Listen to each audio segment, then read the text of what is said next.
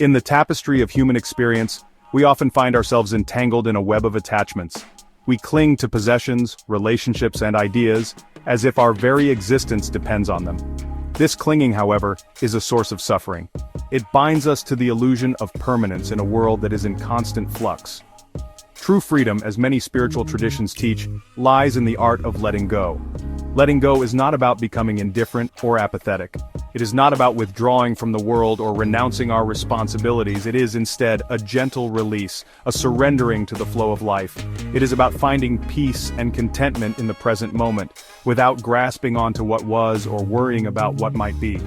This essay explores the profound concept of letting go from a spiritual perspective. We will delve into the difference between detachment and non-participation, illustrating how we can be fully engaged in life while remaining free from unhealthy attachments. We will examine the dangers of clinging and how it can sabotage our happiness and even harm what we cherish most. Furthermore, we will explore the liberating power of spiritual abandonment and how it paves the way for authentic freedom. Finally, we will turn to the wisdom of Buddhism, examining the Four Noble Truths and the concept of the middle way, to gain a deeper understanding of how letting go can lead to a more fulfilling and meaningful life. The concept of detachment is often misunderstood, sometimes even feared, as it is mistaken for non-participation. Detachment, however, does not equal disengagement. It does not require us to become passive observers in the theater of life. In fact, many spiritual traditions, including Buddhism, Taoism, and Hinduism, encourage active participation in the world, but with a detached mind. Imagine a skilled musician lost in the joy of playing their instrument. They are fully present, pouring their heart and soul into each note. Yet, they are not attached to the outcome of the performance. They do not cling to the desire for praise or fear criticism. They simply play, allowing the music to flow through them. This is the essence of detachment, being fully present in each moment without clinging to the fruits of our actions. It is about enjoying the journey, not just chasing after destinations. It is about appreciating the beauty of a flower without feeling the need to pluck it and possess it. Detachment allows us to experience life fully, without the burden of unnecessary suffering that comes with attachment.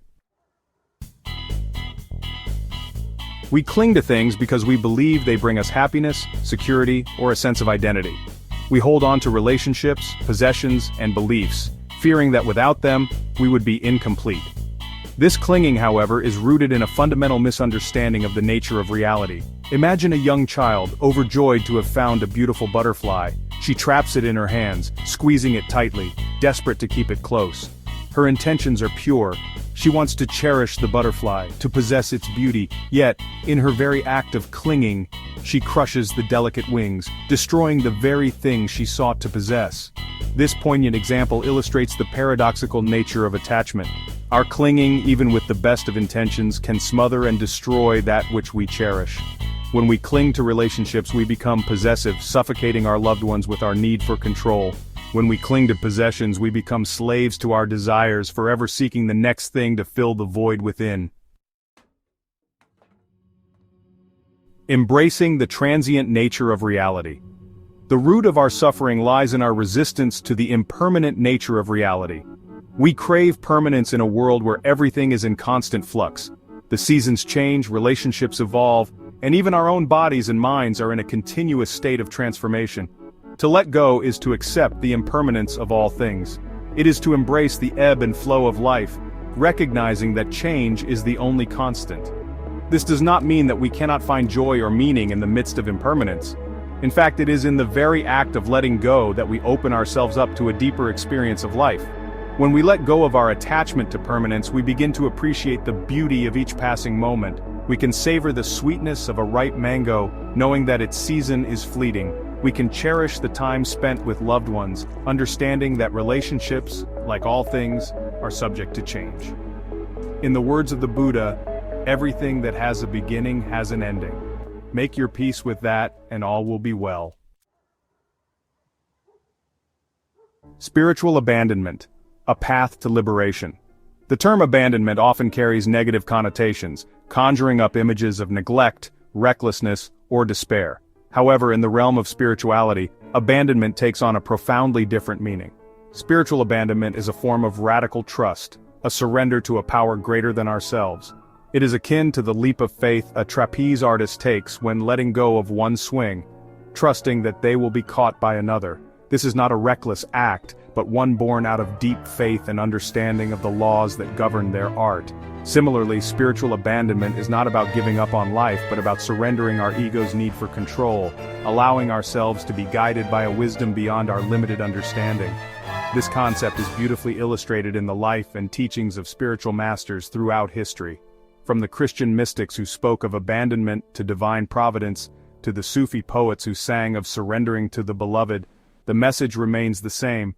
True freedom is found in letting go of our limited egoic will and aligning ourselves with the divine will. The Four Noble Truths, a framework for understanding suffering. The Buddha's teachings offer a profound framework for understanding the nature of suffering and the path to liberation. Central to his teachings are the Four Noble Truths, which provide a diagnosis of the human condition and a prescription for healing. The truth of suffering, or dukkha life, as we experience it, is inherently filled with suffering. From the obvious forms of physical and emotional pain, to the subtle dissatisfaction and unease that permeate our daily existence, suffering is an undeniable aspect of the human condition. The truth of the cause of suffering, or samudaya. The root cause of our suffering lies in our attachment, our clinging to impermanent things, and our aversion to what we deem unpleasant.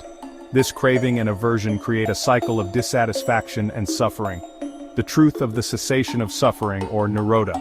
The good news is that suffering can be overcome. By uprooting the cause of suffering, our clinging and aversion, we can experience true liberation. The truth of the path to the cessation of suffering, or magga. This path, known as the Noble Eightfold Path, provides a practical guide for cultivating wisdom, ethical conduct, and mental discipline, ultimately leading to the cessation of suffering. The Four Noble Truths highlight the importance of letting go as a fundamental step towards liberation. By understanding the nature of our suffering and its root cause in attachment, we can begin to loosen the grip of clinging and move towards a more peaceful and fulfilling way of being. The middle way: navigating life with balance and equanimity. The concept of the middle way is central to Buddhist teachings, emphasizing the importance of balance and avoiding extremes. Just as a tightrope walker maintains their balance by avoiding the extremes of leaning too far to the left or right, so too must we find a balanced approach to life, steering clear of extremes that lead to suffering. The middle way is not about mediocrity or apathy. It is not about finding a bland middle ground where nothing is too exciting or too challenging. Rather, it is about cultivating wisdom and discernment, recognizing that clinging to any extreme, whether it be excessive indulgence or harsh asceticism, will inevitably lead to imbalance and suffering. In the context of letting go, the middle way reminds us that true freedom is not found in clinging to or rejecting the world. It is about learning to engage with life fully, experiencing its joys and sorrows, without becoming attached to or averse to any particular outcome. It is about finding a place of inner peace and equanimity, regardless of the circumstances we may face. If you like this video, don't forget to press the like button and subscribe to the channel so you won't miss any more videos. Have you experienced the freedom that comes with releasing control?